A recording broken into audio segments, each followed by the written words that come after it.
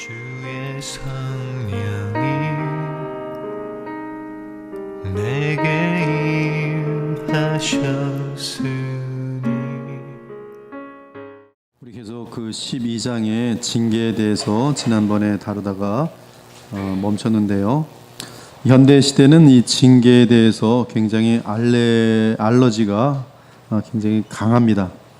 그래서 아이들에게도 징계하는 것을 국가적인 법으로 금하는 그러한 일들도 있어요. 그래서 한국에서는 어떤 상황까지 지금 왔는지는 제가 모르겠는데, 미국에서는 아이들이 이제 부모들에게 혼을 나다가 전화를 해서 폴리스를 부르면 폴리스가 옵니다. 그래서 일단은 아이들을 그 부모에게서 떼어내서 이제 정확한 그 사유들을 묻고, 그래서 이제 부모들이 아이를 혼내키다가 끌려가는 일이 되게 많아요.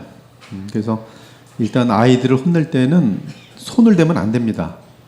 때려도 안 되고, 그러니까 벌 세우는 거, 그것도 이제 굴욕적이거나 막 그런 게 아니고, 이게 이제 사람들이 봤을 때 과하지 않은 어떤 차원에서의 사람들이 서로 동의되는, 굉장히 어려워요. 지금도 사실 이제 어린이집만도 하도 그 아이들 꼬집거나 그러면 이제 CCTV로 찍어버리면은 그게 보는 사람들한테는 막 굉장히 크게 보이고, 사실은 그 일상적인 일이 진행될 수 있는 것임에도 불구하고 일단 CCTV에 찍혀버리고 나면 그것이 너무나 큰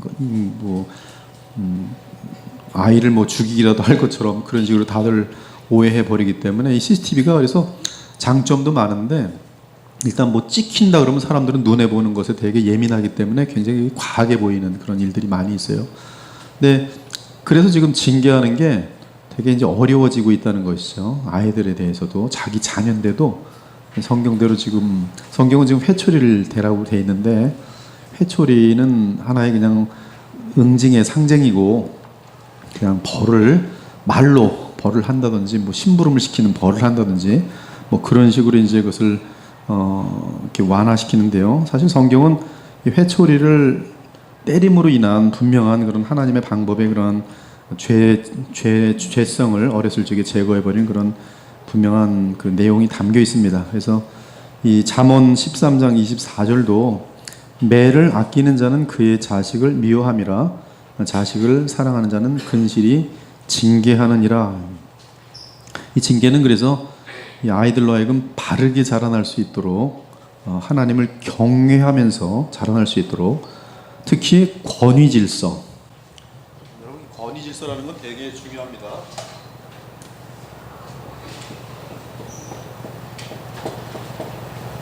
마귀는 이 권위질서라는 것을 가지고 맹종으로 만들었고요.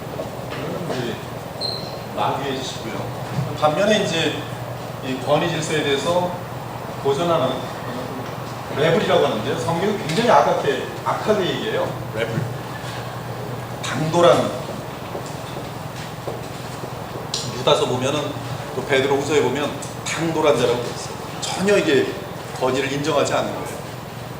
이제 당돌한 아내 같은 경우는 남편의 권위를 인정하지 않으니까 항상 그 문제가 생기는 것이죠. 자녀들이 당돌하면 어렸을 적에 돈 가지고 키워줄 때는 잘 순종하는 것 같은데, 자기가 재정적으로 독립이 돼버리면 당신이 나한테 해줄 수 있는 게 지금 뭐가 있어 하면서 당돌해지는 것이죠. 그러면 부모의 권위라는 건 전혀 먹혀들지 않아요. 근데 그런 시대가 지금 이 권위 질서가 무너지면 이 공동체라는 건 존립할 수 없는 그런 것인데, 근데 이러한 권위 질서가 언제 배우냐 하면 아이들 때 배운다는 거예요. 아이들 때. 되게 중요해요. 그래서 아이들 때는 권위 질서, 그래서 동생이 형에게 대들면 권위 질서 때문에 그때 혼내야 되는 거예요. 애들 때. 근데 그걸 무방비로 두면 이 동생은 그냥 형한테 대들어도 엄마 아빠는 내 편이네 하고, 그럼 형은 이제 다스릴 수 없는 그러한 모습이 돼버린 것이. 물론 이제 징계하는 자들 역시 부패하기 때문에 징계라는 순환을 통해 악을 저지르는 경우가 허다합니다. 못된 부모가 자녀를 징계한답시고 자신의 분풀이를 하는 경우, 이건 누가 제일 잘할까요? 아이들이 알아요. 얻어맞으면서 우리 부모가 지금 분풀이를 하는구나. 이 아이들은 그 마음에 굉장히 그 독이 생기게 됩니다. 교회에서도 목사가 마음에 들지 않는 교우를 이유 없이 징계하는 일들이 지금 많죠. 굉장히 교회 부패죠. 그럼에도 불구하고 바른 권위에 의한 바른 징계가 시행되지 않으면 죄 많은 상태로 태어난 우리 인간들은 더 많은 죄악을 저지르게 되어 있습니다. 자기 중심적이고 교만하고 자기 멋대로 행하는 자들은 일반적으로 어렸을 때에 징계를 받지 않고 자라난 자들이에요. 그래서 지금 뭐 자녀 하나뿐이 없는데 얼마나 소중합니까? 그러니까 과잉보호하죠. 무조건 아이가 잘했다 그러죠. 그리고 혼낼 일이 있어도 넘어가죠. 그러면 그것은 그 아이를 사랑하는 것이 아니라 미워하는 거예요. 잠언 13장 24절에 매를 아끼는 자는 그의 자식을 미워함이라. 그 자식을 망하게 하는 거예요. 그 아이를 정말 바르게 키우고 나중에 훗날에도 좋은 관계가 유지되길 원한다면 이 아이를 어렸을 적에 잘 순종할 수 있도록 도와줘야 돼요. 근데 그렇게 안 하면 이 아이들은 다스릴 수 있는 사람이 이 세상에 하나도 없어요. 하나님이 다리를 부러뜨리고 완전히 바닥에 낮추시기 전까지는 그냥 이 당돌함과 그 거만함과 무질서함이 안 되는 거예요. 그래서 이 부모의 무절제한 사랑이 그 아이를 망친 것이죠. 결론적으로는. 그래서 징계를 맛보지 못한 자들의 특징은 교만과 방자함입니다. 옛날에 그 개역 성경은 천자함이라는데 천자함. 히브리어도 다 그때 외웠었는데 지금 잊어먹었어요. 천자하다. 지금 개역 성경은 없어요. 근데 천자하다는 것은 뭐냐면 이 버릇없는 강아지가 아무 데서나 오줌을 갈기는 거예요. 아무도 제재하지 않는 거예요. 그게 천자함이에요. 근데 천자한 사람이 많다는 것이죠. 근데 천자한 아들들에 대해서는 돌로 쳐 죽이라고 돼 있어요. 천자함에 대해서는 극을 가는 거예요. 극. 옛날에 저는 이제 한국에 20년을 공백이 있어서 20년 동안 사건들은 모르고 한국을 떠나기 전에 사건, 돌아온 다음에 사건이 기억나는데 한국을 떠나기 전에 대전의 어떤 신학교에서 학생들이 교수를 포승줄로 묶어가지고 다 머리를 민 사건이 있어요. 교수들이. 근데 그것도 신학대입니다. 그래가지고 도대체 이 세상에 지금 이 권위 질서가 어디가 그게 굉장히 오래된 사건이에요. 교수들이 갖고 포승줄에 묶여가지고 다 빡빡이 돼가지고서 사진을 찍혀가지고 천자한 거죠. 도를 지나쳐도 너무 도를 지나친 거죠. 자식이 부모를 구타하고 이런 것들도 다 잘못된 것이죠. 그래서 이 올바른 권위 질서에 도전하는 특징을 한결같이 드러냅니다. 교만함과 방자함, 나아가 천자함이에요. 그러나 우리가 기억해야 하는 것은 죄가 전혀 없으셨던 완전한 사람이신 예수님 자신도 순종을 배우셨다는 사실이, 그가 아들이시면서도 받으신 고난으로 순종함을 배워서 온전하게 되셨은즉 자기에게 순종하는 모든 자에게 영원한 구원의 근원이 되시고 하나님께 멜기세덱의 반차를 따른 대제사장이라 칭하심을 받으셨느니라. 그러므로 죄 많은 우리들이야 얼마나 자신을 쳐서 복종시켜야 순종을 배울 수 있겠습니까? 우리 인간들 중에는 징계 없이 하나님을 경외하거나 하나님을 순종한다는 것을 배우는 것은 거의 쉽지 않아요. 그래서 제가 볼 때는 매 안 맞고 예수님을 순종 잘하는 사람은 극소수입니다. 극소수예요. 근데 다들 보면 한 대씩 의도 맞고서 예수님을 잘 믿는 분들이 참 많아요. 감사한 거죠. 한편 하나님께서는 자기 자녀가 아닌 자들을 향해서는 죄를 지어도 내버려 두십니다. 그래서 그게 무서운 것이죠. 여러분들이 죄를 졌는데 하나님의 징계가 오지 않으면 여러분 뭐예요? 버림받은 거예요. 하나님께서 저번에도 얘기했죠. 너 하지마, 너 하지마 2번 경고, 더더더더 3번 경고. 근데도 했어요. 그러면 뭐가 있다 그랬어요? 갑자기 조용해져요. 하나님께서 왜 이렇게 시그널을 안 보내지? 막 죄를 져도 아무 일도 안 되네. 승진도 잘 되네. 돈도 잘 들어오네. 신난다.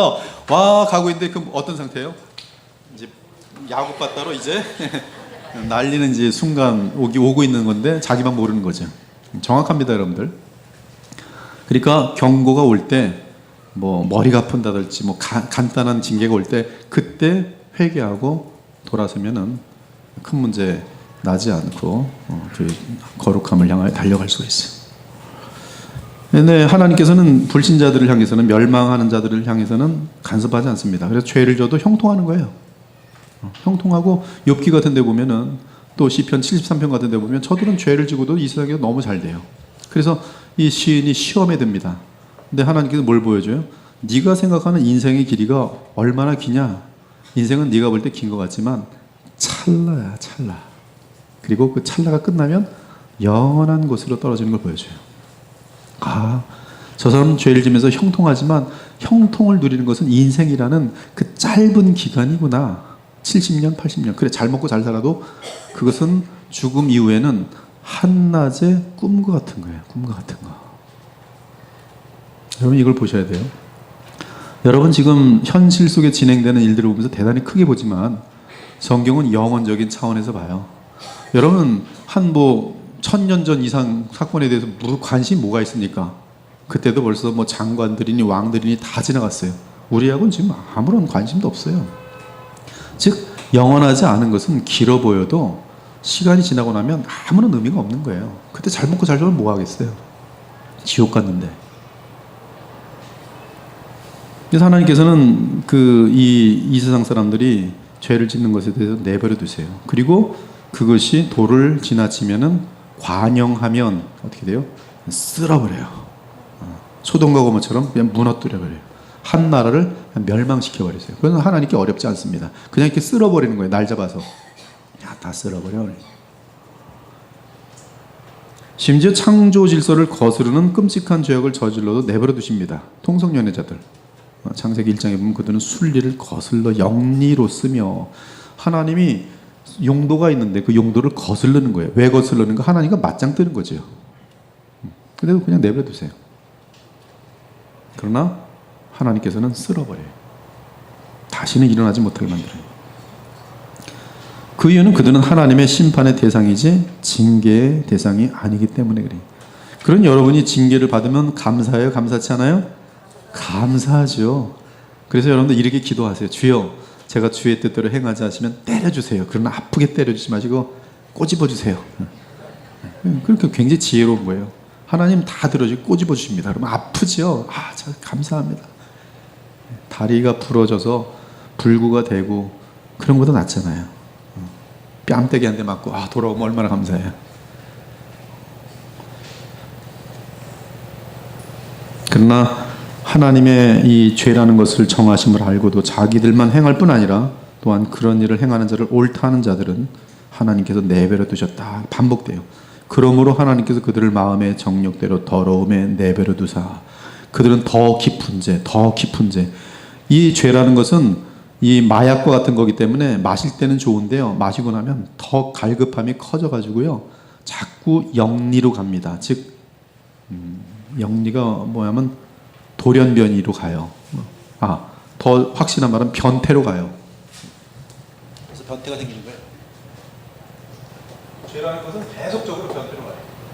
옛날에 로마 사람들이, 여러분들 저는 로마 성경의 백그라운드가 로마이기 때문에 로마의 문화 같은 것들을, 이게 이제 그런 것들 옛날에 다큐멘터리를 좀 많이 봤었어요.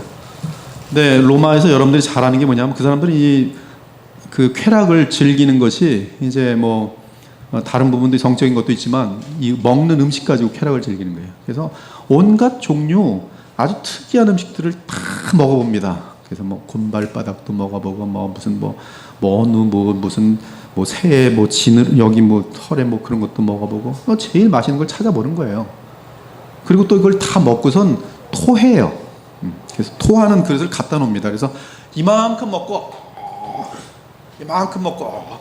뭐 하냐면 지금 점점 이제 변태로 가는 거예요. 여기 먹는, 여기서의 요 목의 자극, 그거 그냥 계속 건드리느라고 비정상적인 방법들이 막 동원되는 것이죠. 성적인 것들도 정상적인 것으로 만족을 못하고 점점 변태로 가는 거예요. 그래서 무슨 영아에 대한 성폭행, 이건 지금 말이 안 되잖아요. 지금 3살, 4살, 5살.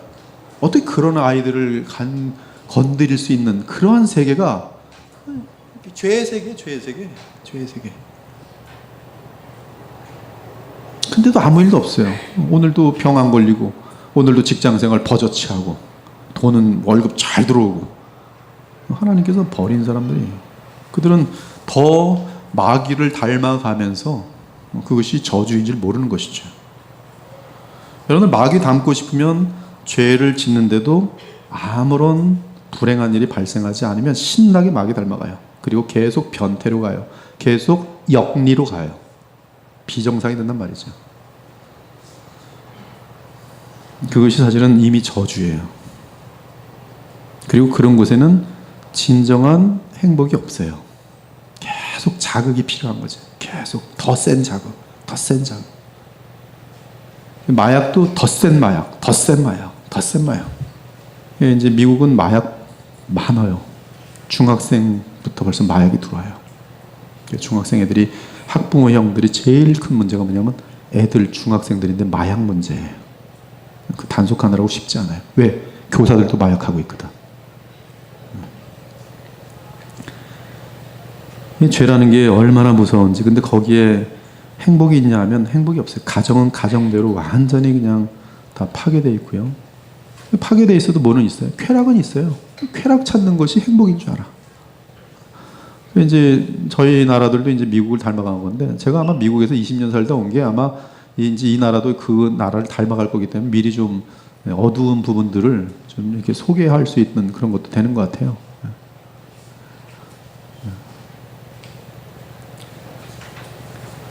많이 깨져 있어요. 가정이 많이 깨져 있어요. 굉장히 많이 깨져 있어요. 그리고 가정의 권위 질서 같은 경우도 굉장히 찾기 힘들고요. 그 나라가 이 청교도의 복음에 서 있었던 나라인데 인간이라는 존재는 그렇게 부패한 존재라는 것이죠. 그러나 그들의 종착역은 불못입니다.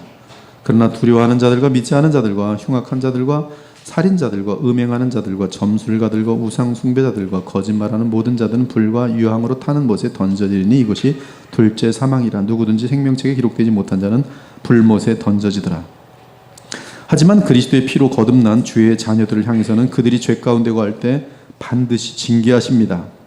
그 대신 그들은 하나님의 심판의 대상이 아니에요. 우리가 판단을 받는 것은 주께 징계를 받는 것이니 이는 우리로 세상과 함께 정죄함을 받지 않게 하려 하심이라. 세상과 정죄함을 받는 것은 무엇입니까? 소돔과 고모라처럼 노아의 때처럼 영원히 멸망해서 영원한 지옥으로 떨어지는 것이지.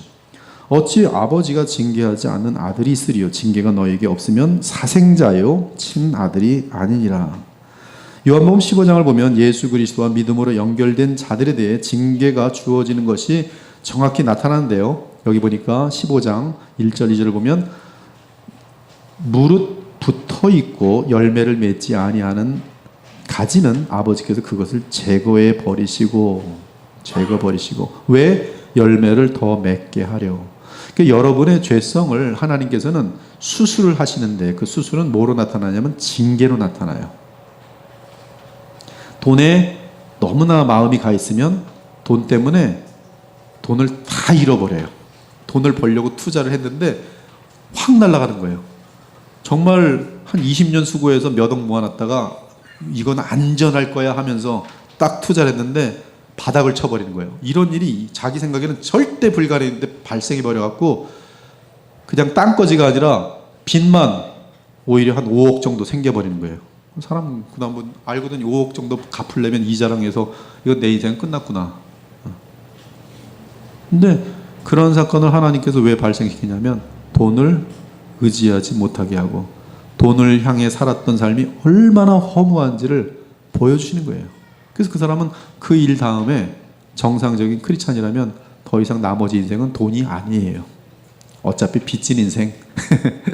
그러면서 그냥 사는데 어느 날 또 이 빚도 쑥 하고 또 없어져요. 하나님의 도우심에 의하면 정상적으로만 가면 신기합니다. 하나님께서는 불가능해 보이는 일을 또 회복도 시키세요. 하나님께서는 분명히 이러한 죄성들을 제거하시기에 수술하시는 거죠. 수술. 이는 우리의 죄악에 대해 징계를 받음으로 우리는 거룩하여지고, 거룩하다는 것은 죄성들이 사라지고 수술되어지고 그 이후에 풍성한 열매를 맺는다는 말씀입니다. 그리고 그 열매는 아버지께 영광이 되고 이 땅의 참 교회를 향해 큰 유익을 끼치는 것이에요. 제가 요새 그런 기도를 조금 잊어먹었는데 오늘 이 말씀을 가르치면서 여러분을 위해서 좀 기도를 좀 많이 해야 되겠어요. 죄가 아직도 있는 사람들은 징계하여 주시옵소서.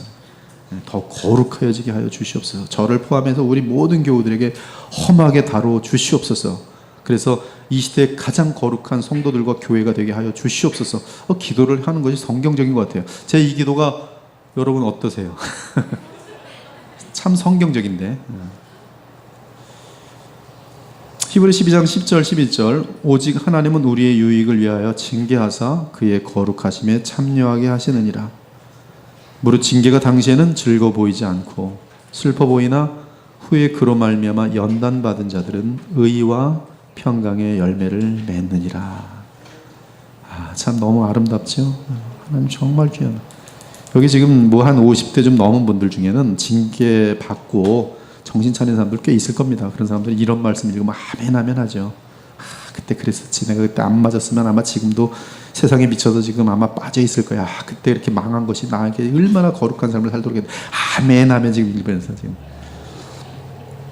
여기 연단을 받았다는 것은 원어로 김나조인데 체육관을 뜻하는 집내주임이 여기서 나왔습니다. 그 뜻은 훈련하다 절제하는 가운데 반복하여 몸과 마음을 수련하다는 뜻이에요. 즉 징계를 받는 기간 동안 주의 백성이 하나님을 경외하고 더욱 영의 아버지께 복종하려고 노력한다면 도리어 그 기간은 영의 체육관에서 영적으로 훈련을 받는 기간이 되어 결국 의와 평강의 열매를 맺는 복의 자리에 갈 수 있다는 뜻이.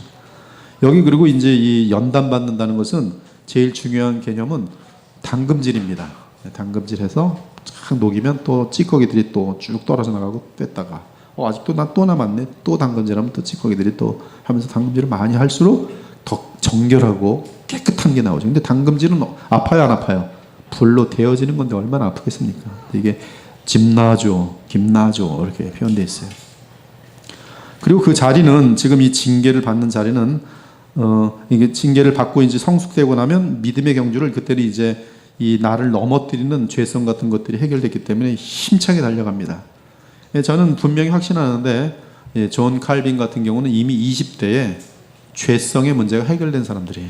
자기를 넘어뜨릴, 즉 그에게 사람들이 볼 때 돌로 던질 만한 그러한 위험한 것들이 없는 것이. 여러분들 여기 혹시 목회자가 되길 원하는 사람이 있다면 목회자가 되려면 흠이 없어야 돼요. 즉 노출됐을 때 사람들에게 시험이 될 만한 죄성이 없어야 돼요. 그래야지 목회자가 되는 게 안전해요.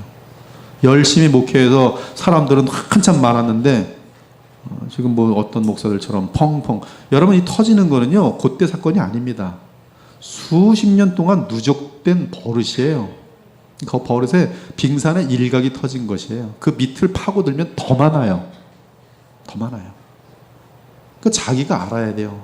내게 지금 해결되지 않은 죄성이 남았다. 뭐 화딱지가 나면 아직도 구타하는 습관이 남아있다. 목사 되지 마십시오. 돈 꾸고 안 갚는다. 일부러.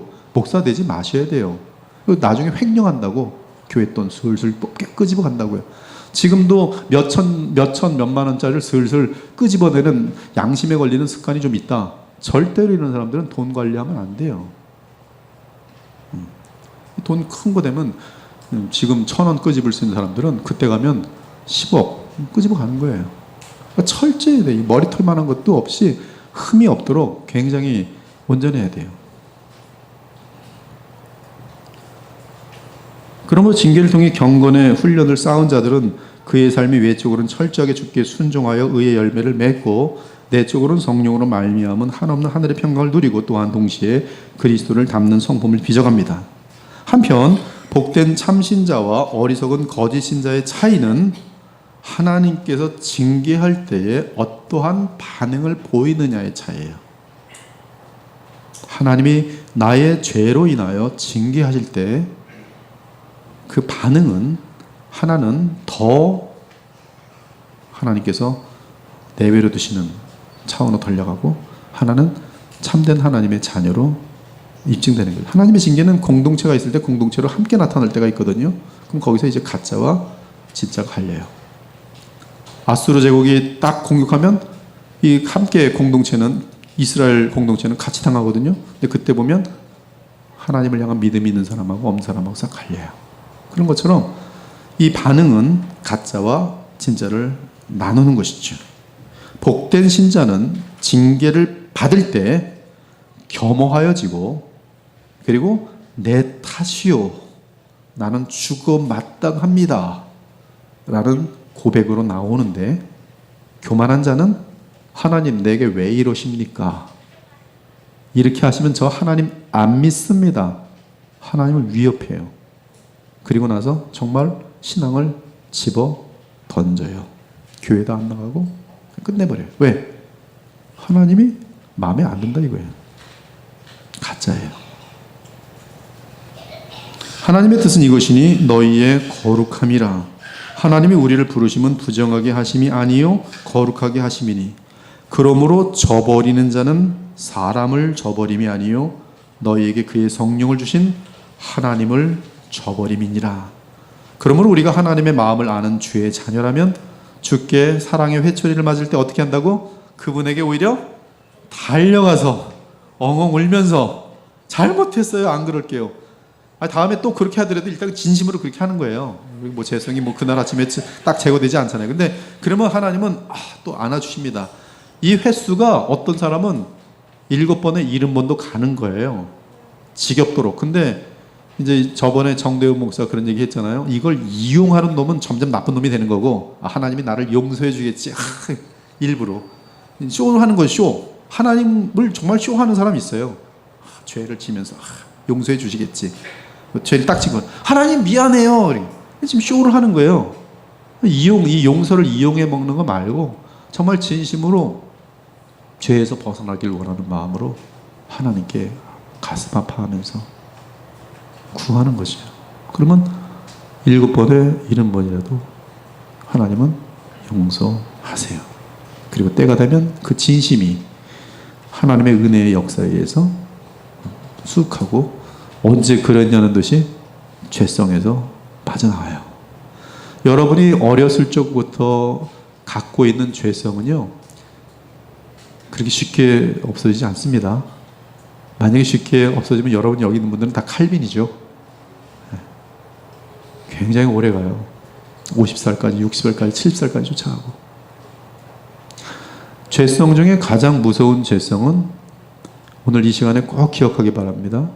교만이에요. 교만은 자기 스스로가 디텍션을 하지 못해요. 다른 사람은 아는데 자기는 몰라요. 내가 교만한 그런 무서운 죄에 있다는 걸 지금 모릅니다. 교만. 교만은 문둥병의 속성을 갖고 있어요. 깊어갈수록 더 몰라요. 목회자들도 교만의 죄에 빠지면은요, 자기가 칼빈보다 또 이 세상의 그 어떤 사람보다 나중엔 예수님보다 더 높아져요. 이단 교주들은 다 교만에 빠져 있는 존재들이에요. 자기가 성령이라고 그러고 앉아있고 그렇게 믿는 거거든요. 속임수 아니면 자가당착인데, 자가당착이기 때문에 사람들은 그렇게 많이 쫓아가는 거예요. 저 사람 보니까 진짜 자기가 그렇게 믿거든. 가짜일까 진짜일까? 그리고서 나보다 똑똑한 사람들이 저 사람 믿네. 믿는 거예요, 같이. 교만의 극치죠. 마귀의 역사가 그 속에 들어가 있는 거예요. 여러분 항상 자나깨나 교만을 경계하세요. 교만은 패망의 선봉이에요. 100%예요. 100%. 예외가 없어요. 누구도 예외가 없어요. 교만하면 친구가 없어지고요. 다 잃어요. 근데 교만은 뭐 갖고 있는 사람이 교만해지는 게 아니에요. 제가 여러 번 말했죠. 거지들이 얼마나 교만한데요. 거지. 정말 교만해요. 아무것도 없는데 스스로 속아서 교만해요. 성경 조금 한 구절 읽고 못 깨달았더니 자기는 우주를 다 깨달아 버렸어요. 나만큼 깨달은 사람 이 세상에 없는 것 같아. 자가당착에 깊게 빠져듭니다. 교만은 마귀의 속성이에요. 마귀가 무슨 생각하는지 알아요? 하나님하고 맞짱져서 지금도 하나님의 세계를 무너뜨려 보자. 더 많은 사람을 모으면 하나님을 무너뜨릴 수 있을 거예요. 피조물이 영원하신 전능하신 하나님께 맘먹고 있는 자가당착에 빠진 최고의 어리석은 존재, 마귀예요. 마귀예요. 그래서 우리는 그러한 이 죄에 대해서 항상 경계해야 되는 것이, 이 칭의가 거룩과 성결인데 우리는 거듭날 때 하나님 앞에서 법적으로 의롭게 됩니다. 이를 칭의라고 하고요. 그러나 동시에 우리는 그리스도의 완전하게 거룩한 생명을 받게 됩니다. 그리고 우리의 남은 믿음의 경주는 그리스도와 연합한 상태로 그 거룩한 생명이 우리의 마음과 삶을 주장하게 하는 것입니다. 그러면 우리 역시 그리스도의 거룩함을 본받게 되어 있어요. 이때 거룩의 근원은 그리스도로서 그분이 영이십니다. 거룩하게 하시는 이와 거룩하게 함을 입은 자들이 다 한 근원에서 난지라. 그러므로 형제라 부르시기를 부끄러워하지 아니하고. 여기서 우리는 칭의와 거룩 그리고 성결의 관계를 보게 되는데요. 칭의는 객관적인 것이고요. 그것은 나의 외부에서 발생하는 오직 하나님의 일입니다. 이것은 칭의는 나의 어떤 컨트리뷰션이 없어요. 그것은 그냥 하나님의 완벽한 100%의 은혜예요. 근데 칭의와 함께 무슨 일이 발생하냐 하면 거듭남이 발생해요. 거듭남이라는 것은 예수님의 생명이 우리에게 태어난다는 것이. 그리고 예수님의 생명이 우리에게 태어남과 함께 성령께서 우리 마음에 내재하시게 돼요. 그래서 이 사건은 생명력과 같이 가게 돼 있어요. 그러므로 칭의 받은 사람은 생명이 있기 때문에 그 생명이 나타나기 시작해요. 그 생명은 하나님을 의식하고 또 의로운 생명이기 때문에 의를 행하려 하고, 즉 순종이에요. 그 다음에 거룩한 생명이기 때문에 거룩한 모습들, 즉 죄를 싫어하고 죄를 대적하는 싸움을 하는 생명의 모습이 나타나는 것이죠. 이 생명이 복음의 능력, 즉 성령과 함께 할 때 우리는 그 생명을 힘입을 때, 즉 그리스도를 옷 입을 때, 새 사람을 옷 입을 때 예수님을 우리 지정의가 닮아가는 것이. 그래서 우리는 예수님의 성품을 내 생각, 내 감정, 내 의지가 주의 뜻에 항복하게 되면서 주님을 닮아가게 되는 것이. 그러니까 이것은 우리에게는 엄청난 축복이죠. 그러므로 우리는 거룩하게 변화되어지는 가능성들을 하나님으로부터 다 받은 사람들이, 이미 칭의를 받았기 때문에 우리는 지옥에 들어갈 수가 없어요. 너무 엄청난 선언이죠, 그죠? 우리는 지옥에 들어갈 수 없다. 칭의예요. 우리 이미아 사모님 너무 좋아해요. 지옥에 들어갈 수 없어요. 둘째는 우리에게는 능력의 생명이 있어요. 거룩한 삶을 살아내는 능력이 있어요. 이게 없으면 참 비참하죠. 후자가 있단 말이에요. 그래서 성경은 그것이 있기 때문에 요구하지요. 거룩한 자가 되라. 오직 너희를 부르신 거룩한 이처럼 너희도 모든 행실에 거룩한 자가 되라. 왜? 너희는 거룩한 생명을 가지고 있으니까. 뱀에게 양처럼 되라. 될 수 있어요, 없어요? 안 돼요. 우리에게 거룩한 자가 되라. 거룩한 생명이 없는데 될 수 없어요. 칭의 받은 사람들은, 예수님을 믿고 예수님과 연합된 사람들은 거룩한 생명이 있어요. 얼마든지 거룩한 삶을 살 수가 있어요. 너는 청년의 정욕을 피하고 주를 깨끗한 마음으로 부른 자들과 함께 의와 믿음과 사랑과 화평을 따르라. 마치 열매가 뿌리에 연결되어 익어가는 것처럼 우리의 거룩한 성품과 의로운 삶은 우리가 믿음의 경주를 달릴 때 나타납니다. 그러면 얽매는 죄를 끊어야 하고 이를 도우신 하나님의 은혜가 바로 징계라는 사실이에요. 믿음의 경주를 달리는 동안 우리는 우리의 목표이신 예수님께 우리의 눈을 두었기 때문에 자나깨나 쉬지 않고 주님을 의식하게 되고, 우리의 경주의 목적은 예수님의 장성한 분량까지 성장하는 것을 목표로 해서 계속 자기를 깨끗하게 하는 삶을 살아요. 이 삶을 살아가면서 더러움을 옷 입습니다. 발에 먼지가 끼게 돼 있어요. 그럼 닦으면 되는 거예요. 주를 향하여 이 소망을 가진 자마다 그분의 깨끗하신 같이 자기를 깨끗하게 하느니라. 그러나 거룩하지 않은 삶은 정반대입니다. 그리스도를 바라보며 의식하는 삶이 아니라 쉬지 않고 육신의 정욕과 안목의 정욕과 이생의 자랑을 채우는데 마음이 가 있어요. 예수님을 믿는다 하고 믿는 목적이 이생의 자랑이라면 이미 기본부터가 잘못됐기 때문에 그 사람들은 바른 신앙생활을 할 수 없습니다. 하나님께서 우리를 구원하신 목적은 거룩함과 의로움인데 이것이 목적이 아니면 그들은 의로움과 거룩함을 향하여 갈 수 없어요. 그래서 저희 교회는 계속 방향이 정확해요. 뭐예요? 거룩함과 의로움이에요. 그러니까 이것이 마음속의 목표가 아닌 사람은 이 교회의 가르침이 기쁠까요? 부담될까요? 부담돼요. 자기가 원하는 거는 잘 먹고 잘 살고 기도만 하면 뻥뻥 터지는 건데, 뭐 나가도 들어가도 뭐 복을 받고 뭐 해나는 일마다 이 생의 자랑으로 충만해야 되는 건데, 이게 아니라 뭐 말씀만 들으면 뭐 죄를 뭐 제거하라, 깨끗해져라, 거룩을 향하라. 뭐야 이거 맨날 따분하게. 그러면 이 교회에 있을 수가 없게 되겠죠. 왜? 목적이 지금 신앙의 목적이, 믿는 목적이 다른 곳에 있기 때문에. 근데 실질적으로 많은 교회들이 목표가 여기에 있지 않아요. 거룩에 있지 않아요. 여기에 이 시대의 교회에 문제가 있어요. 어떤 교회는 쉬지 않고 체험을 해요.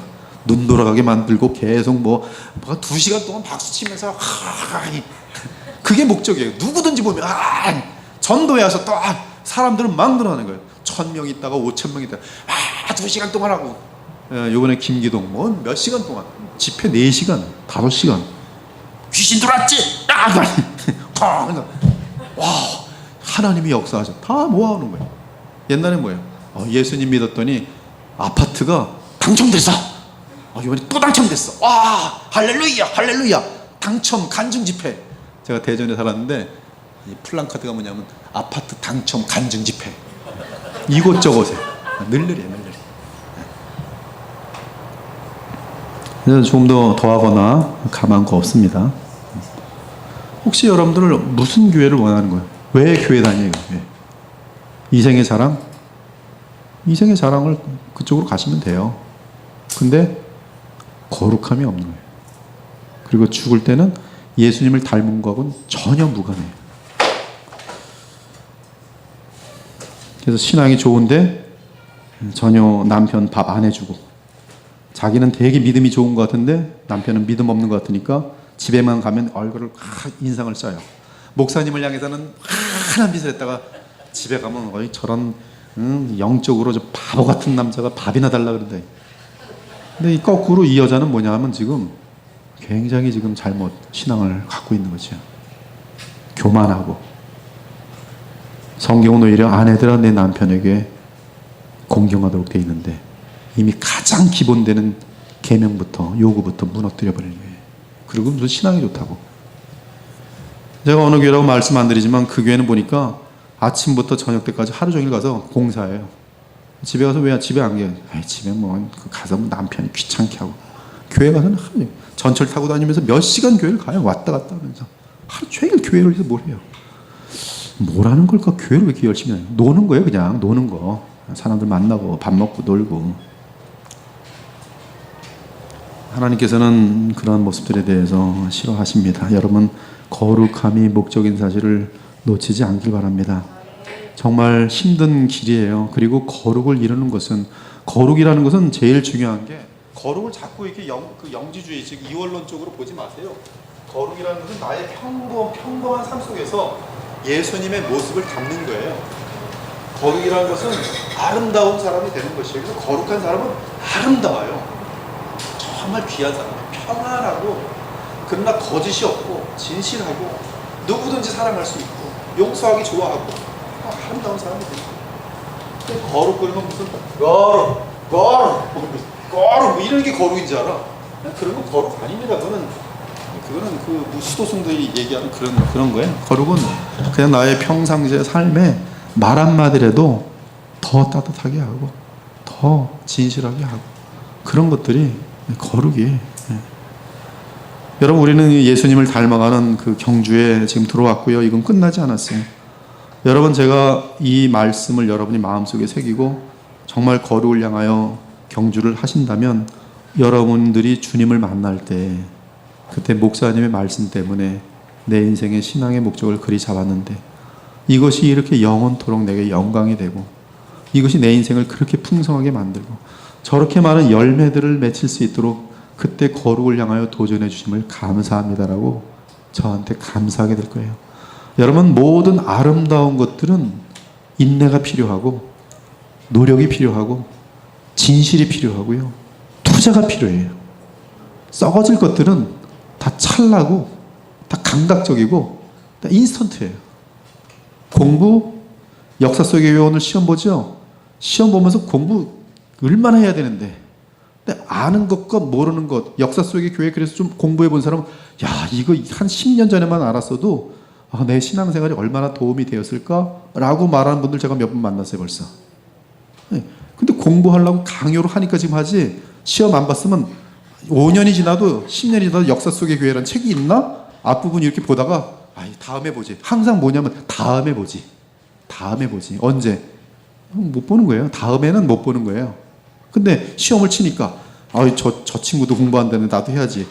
요번에 그냥 빵점 맞더라도 한번 뭔가 보다 보니까 이거 봐라. 이거 왜 내가 이런 거 몰랐지?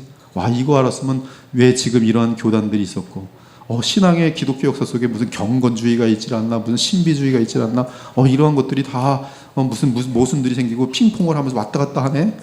그리고 초대교회는 이랬었고 중세교회 때는 교황이 말이야 왜 그 권력을 가지면서 거기서 왜 종교 개혁이 일어났는지 그렇게 보게 되면 아는 것이 얼마나 소중한지 하물며 성경을 깊게 알아가면 성경 공부를 해야 돼요. 성경 공부를 자기가 원하는 걸 찾는 게 아니라 성경이 말하는 것을 찾아서 성경대로 믿어야지요. 그게 복음이란 말이에요. 복음 예수 그리스도예요. 거기서 오는 그 열심히 수고하여 나중에 얻는데 그 기쁨이란 것은 너무 큰 거예요.